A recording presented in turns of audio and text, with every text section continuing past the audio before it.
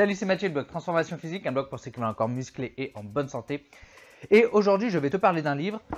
Et maintenant, on mange quoi de Christophe Brusset. Mais avant d'aller plus loin, je t'invite à t'abonner à la chaîne parce que je publie chaque semaine des vidéos sur les sciences de l'entraînement et de la nutrition avec des défis, etc.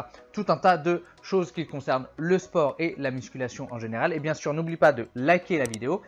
Et tu peux aussi, c'est cadeau, télécharger dans la description un e-book sur la prise de muscle et la perte de poids avec un programme de musculation et un calculateur de taux de masse grasse. Allez, c'est parti.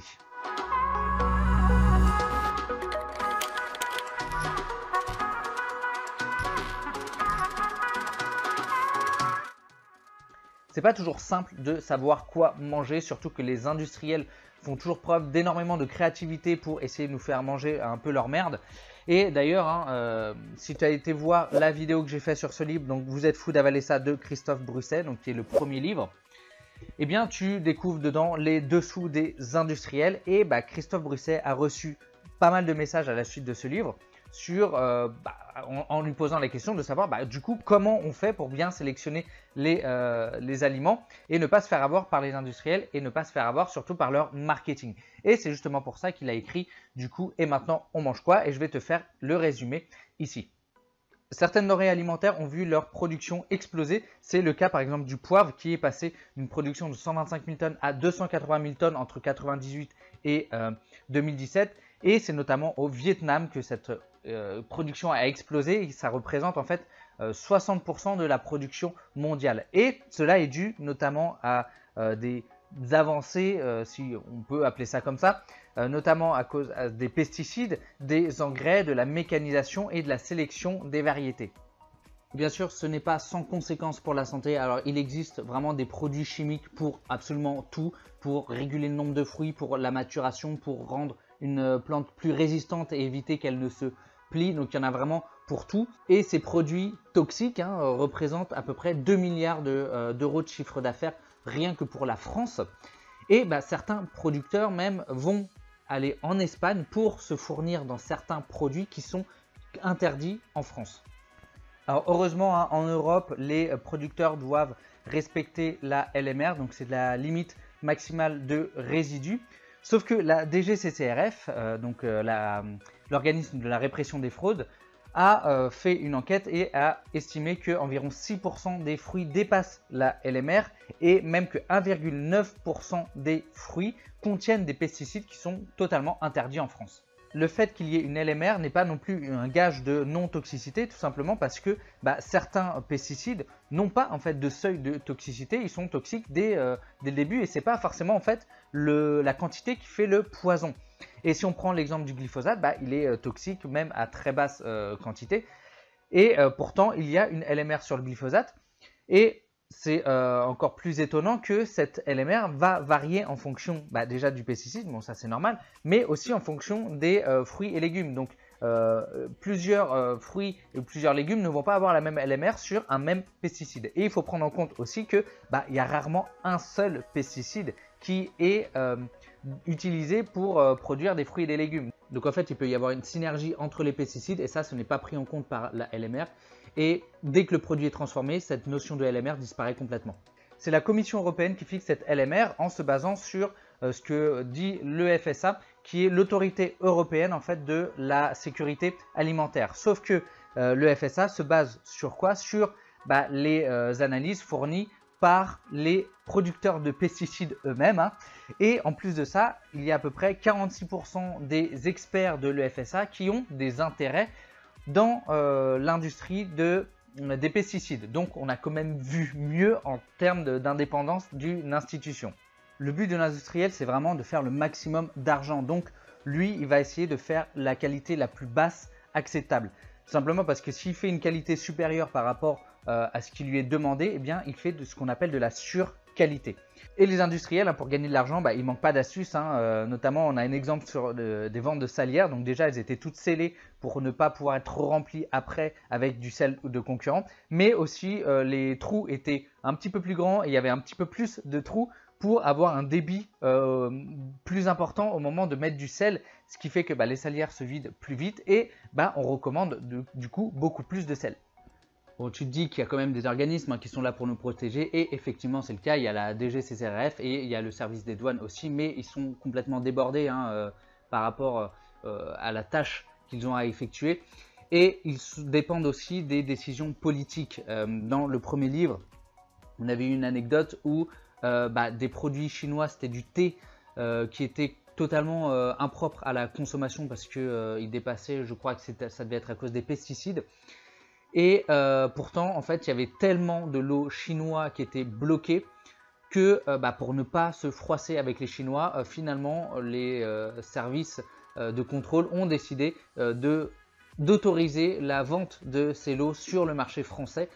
Beaucoup de décisions se prennent au niveau du Parlement européen, sauf que les parlementaires en fait cohabitent avec les lobbyistes, c'est parfaitement accepté dans leur fonctionnement. Et les lobbyistes, ils font pression, bien évidemment, et ils fournissent une tonne d'études, une tonne d'analyses qui vont dans leur sens avec tous les conflits d'intérêts qu'on peut trouver. Et du coup, les parlementaires vont se baser sur ces analyses-là pour prendre leurs décisions en fait par la suite. Alors maintenant, on va faire un petit tour du côté des étiquettes parce qu'il y a pas mal de choses à dire sur le sujet. Tu vas retrouver plusieurs éléments sur les étiquettes. Notamment déjà la dénomination du produit, donc s'il est artisanal, si c'est fermier, etc. Et bien sûr, quelques industriels ont tendance des fois à un peu tricher là-dessus. Il faut notamment aussi par exemple dire si le produit a été irradié ou pas. Et bien en fait ça a tendance à disparaître des étiquettes sur des produits importés en France. Le deuxième élément qui doit apparaître sur l'étiquette, c'est la liste des ingrédients utilisés, et c'est dans l'ordre décroissant. Donc plus un ingrédient apparaît au début de la liste et plus il est en forte quantité dans le produit, mais bien sûr tout n'apparaît pas dedans. Par exemple, dans un produit qui est transformé, par exemple comme une pizza avec du jambon dedans, bien tu ne sais pas en fait ce qui a été utilisé pour le jambon. Tu vas avoir du jambon, mais tu ne sais pas ce qu'il y a dedans dans ce jambon. Parce qu'il y a pas mal d'additifs qui du coup disparaissent en fait comme ça du fait de la transformation, ils ne sont plus indiqués. Et il y a aussi tout ce qu'on appelle les auxiliaires technologiques qui eux ne sont pas inscrits sur les étiquettes. Il faut aussi faire apparaître la quantité du produit utilisé qui est mis en avant. Par exemple, si tu as un yaourt aux fraises, bien tu dois indiquer la quantité de fraises que tu as utilisé. Mais ça ne veut pas dire que ça doit être l'ingrédient principal du produit. Donc en fait l'industriel peut très bien tricher comme ça en te mettant en fait en avant sur le produit des fraises, alors qu'en fait il n'y a quasiment pas de fraises dedans et c'est pas du tout l'ingrédient principal, mais ça c'est pas grave, c'est du marketing. Il doit aussi y avoir le poids du produit qui peut être facilement manipulable. Il y a déjà une marge d'erreur qui est acceptée, donc ils jouent aussi là-dessus. Et ils peuvent aussi injecter de l'eau, des additifs, etc. pour rendre le produit un petit peu plus lourd. Il faut faire aussi attention au pays d'origine qui doit être indiqué, sauf que là aussi il y a encore des stratagèmes. Par exemple, les produits chinois sont envoyés en fait dans d'autres pays pour faire disparaître cette origine chinoise avant d'être envoyés ensuite en France. Ou alors on va avoir des dénominations assez vagues comme marqué hors UE. Ensuite, le livre nous donne 10 idées reçues sur l'alimentation. Et le premier, c'est de penser que les premiers prix, c'est forcément des bonnes affaires, alors que généralement, comme on l'a vu, ça va avec la qualité. Donc si tu mets pas le prix, tu as la qualité qui va avec, donc de la merde. La deuxième idée reçue, c'est que ça coûte forcément plus cher de manger de meilleure qualité. Alors oui, si tu montes en gamme, tu vas payer plus cher, ça c'est sûr. Mais en réalité, tu peux aussi faire des économies si tu commences à arrêter d'acheter un peu de la merde industrielle. La troisième idée reçue, c'est de penser que le gouvernement peut parfaitement nous protéger, notamment avec la DGCCRF, alors que pas du tout, parce que les analyses sont souvent laissées aux soins des importateurs et des fabricants. Et bien malheureusement, ces analyses peuvent être parfois frauduleuses. Et si jamais l'importateur s'aperçoit que le lot est contaminé, il peut décider soit de le détruire à ses frais, donc qui est coûteux, soit de le liquider, l'écouler sur le marché discrètement, en par exemple le mélangeant avec des produits plus sains pour que finalement ça passe mieux aux analyses. Ensuite, on pense souvent que si c'est autorisé, c'est que c'est pas mauvais pour la santé, et c'est pas forcément le cas avec tous les pesticides et les additifs, etc. Il y a quand même des impacts sur la santé et pourtant c'est autorisé. Ensuite, la cinquième idée reçue, en fait, c'est de penser qu'il y a forcément dans l'alimentation un coupable, comme le gras, comme le sel, comme le sucre. Et en fait, l'industriel suit totalement ces modes-là. Hein. Donc, quand c'est le gras, il va te faire des produits sans matière grasse. Quand c'est le sucre, il va te faire des produits light sans sucre, etc. Et en fait, il surfe vraiment sur la vague. Et il n'y a pas d'ennemi, tout est une question de contexte. Ensuite, on pense souvent qu'on mange mieux au restaurant que si on achète des choses de supermarché. Ce n'est pas forcément toujours le cas. Certains restaurateurs mentent, bien sûr, sur le fait maison et en fait ils sortent des trucs tout faits, décongelés, remplis d'additifs. Et la dernière idée reçue, c'est de penser qu'il est simple de prendre soin de sa santé. C'est pas forcément toujours le cas. On nous dit qu'il faut faire du sport, manger 5 fruits et légumes par jour, etc. Bref, tous ces discours. Mais en réalité, on remet la faute en fait sur le consommateur. Mais le souci, c'est que on a les industriels qui nous inondent en fait de leurs produits qui sont presque impropres des fois certains produits à la consommation. Et ça, c'est quelque chose, moi personnellement, que j'ai pu voir en discutant avec les gens, en voyant sur les réseaux, que certains n'ont aucune conscience lorsqu'ils achètent dans un supermarché certains produits, que le produit est bourré de merde en fait. Au niveau des produits frais, donc par exemple fruits et légumes, comme on l'a vu, il y a des pesticides dedans et certains fruits vont contenir plus de pesticides que d'autres, donc il faut vraiment faire attention à ça. Pour la viande, on a la chance d'avoir des viandes de qualité ici en Europe, parce qu'il y a notamment l'interdiction d'utiliser des hormones de croissance et c'est pas forcément le cas dans d'autres pays. Et bien sûr, c'est surtout le mode de cuisson auquel il va falloir faire attention, hein, donc éviter plutôt de la faire griller, etc. Parce que c'est pas forcément bon pour la santé. Pour le pain, pareil, il faut que tu fasses attention si tu l'achètes en grande surface parce que il peut y avoir des additifs aussi dedans. Donc sans additifs, ce sera la tradition. Pour les poissons et fruits de mer, il faut faire attention parce qu'il y a pas mal de fraude aussi là-dessus au niveau des étiquettes. Et évite tout ce qui est déjà décongelé et évite aussi ceux qui contiennent en fait des ingrédients. Au niveau de l'épicerie, donc tout ce qui est épices, alors c'est bien beau dans les souks d'avoir les épices à l'air libre, etc. Sauf que en fait c'est des épices de très mauvaise qualité parce que ça s'oxyde avec l'air. Donc normalement il faut que ton épice ne soit pas en contact avec la lumière et avec l'air. Ensuite il faut savoir que les poudres sont utilisées par les industriels pour en fait cacher facilement des choses.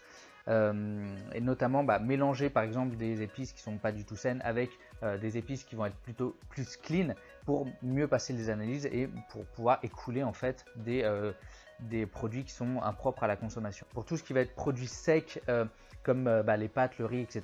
il faut plutôt faire attention en fait à l'emballage parce qu'on utilise des emballages recyclés. Alors ça a l'air bien dit comme ça, mais en fait c'est parce qu'ils coûtent moins cher et il y a souvent en fait des encres dedans et des hydrocarbures qui en fait se déversent, se propagent en fait dans la nourriture. Si tu aimes le miel, fais bien attention aussi au miel que tu achètes parce que les miels chinois ne contiennent pas du tout de miel en fait, c'est vraiment des substituts, c'est des mélanges en fait de sucre, etc. pour te faire croire que c'est du miel, mais ça n'en est pas, donc fais très attention à ça. Pour ce qui est des boissons, je te conseille plutôt de prendre des purs jus parce que les nectars en fait sont complètement dilués avec de l'eau et il reste finalement que 25 à 50% de fruits dedans et le processus de production n'est pas forcément cool. Alors maintenant je vais essayer de te donner mon avis sur ce livre parce que je pensais avoir tout découvert avec celui-là, donc vous êtes fous d'avaler ça, mais en fait on découvre bien d'autres choses avec et maintenant on mange quoi. Alors ce que j'ai bien aimé du coup dans ce livre, c'est qu'on y découvre vraiment l'impact qu'ont les lobbies sur le gouvernement et que en fait le gouvernement n'est pas assez performant pour nous protéger face aux problèmes et aux fraudes des industriels. L'autre avantage de ce bouquin, c'est que c'est pas une redite du premier, donc c'est vraiment cool. Il est facile à lire et il permet de faire de meilleurs choix alimentaires. Au niveau des points négatifs, on retrouve quand même pas mal de conseils un peu bateaux du manger local, manger bio, éviter tout ce qui est trop gras, trop sucré, etc., etc. Éviter les sodas et tout ça. Enfin bref, les conseils qu'on entend déjà de partout. Voilà, j'espère que cette vidéo t'a plu. Si c'est le cas, n'hésite pas à t'abonner à la chaîne et à liker la vidéo. Et puis moi je te dis à la prochaine pour une nouvelle vidéo. Allez, salut!